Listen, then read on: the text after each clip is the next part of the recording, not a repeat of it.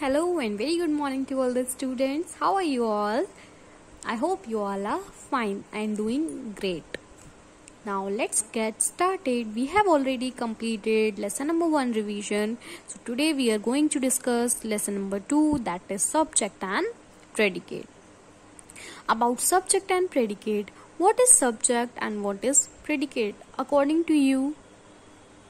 I know here you cannot answer here but when you saw this video, when you will see this video, then you should firstly you should answer yourself what is subject and predicate. After that you will listen me what I am saying. Okay, so subject, the part which refers to the person or thing we are speaking about. In short, I can say that the part of a person or a thing we are speaking about, जिसके बारे में हम बात करते हैं, that is called a subject. Okay, and the predicate, the part which tells something about the subject, is called predicate. If I want to tell you something, that if you want a easiest way to differentiate between the subject and predicate, it is that firstly you will find out the subject, and after that the rest of the part of the sentence is predicate. It is very easiest way to find a predicate in a sentence. Okay, when you have a knowledge to find out subject, then it is very easy, then you can separate both the subject and predicate in a sentence. Okay, so the subject, the person or a thing we are speaking about, is always a subject. Okay, so always remember, point is there. An imperative sentence, the subject is left out. Means in imperative sentences में subject होता ही नहीं है. Okay, actually means जो लिखा हुआ होता है वो नहीं होता. Like go to school is given there ना. So go to school, what is the means of go to school? Because in go to school there is no subject is there, but what is the means go to school? You go to school, so use the subject. Okay, but in imperative sentence we are not using subject. Okay, so the subject is left out in those terms. And one more useful tip is there. The subject may come at the beginning, middle, at the end of the sentence. Subject will come anywhere. It's not that the rest part of the sentence is the starting part of the sentence is subject. Subject will be in the middle, in the beginning, and at the end also. You have to identify that if we are talking about a person, okay, that is the subject. If we are talking about the thing, that is the predicate. But the subject was the part which tells us about the subject is called predicate. Okay, choose the correct option. Listen to me, one more thing.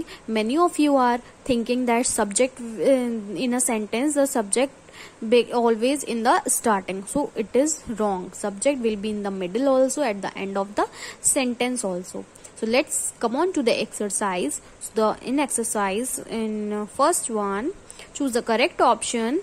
So first one, the part which refers to the person or thing we are speaking about is called a subject. Second one, in dash sentences the subject you is left out. In imperative sentences the subject you is left out. Okay, divide each of the following sentences into the subject and predicate. So here you have to find out subject and predicate. I have given you a very easiest way to find out subject and predicate. If you don't want to see the revision video, then you can go through the if you want a detailed explanation, then you can go through the YouTube. There one video is there that is about the subject and predicate. You will see that video and you can understand that how will you find the subject and predicate. First one, barking dogs seldom bite. So the barking dogs are the subject here. Okay, so because we are talking about the dogs, so barking dog is the subject here, and rest of the part becomes the predicate.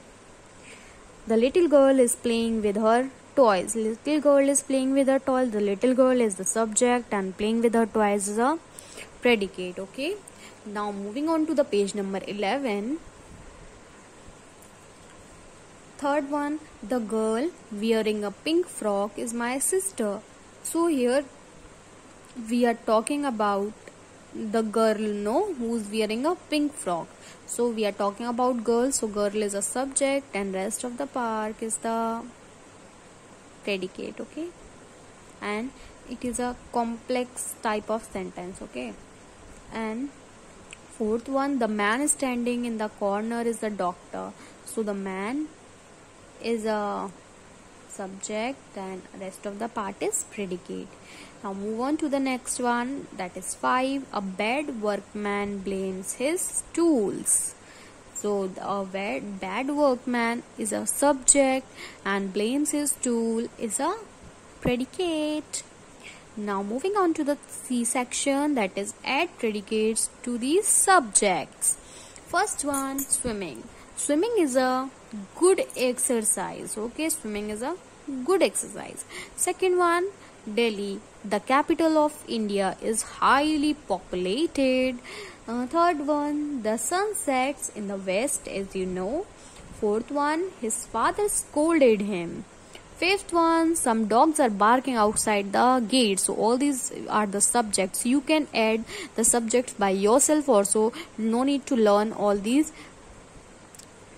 sentences which is written in the book. You can add predicates, add subjects to this add predicates to yourself. Okay, now moving on to that section D. Section D, you have to add subjects to these predicates. Okay, Dash can speak English very well. So he can speak English very well, we can say that. Second one, the Dash marched through the town. The army marched through the town. Third one, Dash fly. That means birds fly. Fourth one, Dash played well. That means he played well.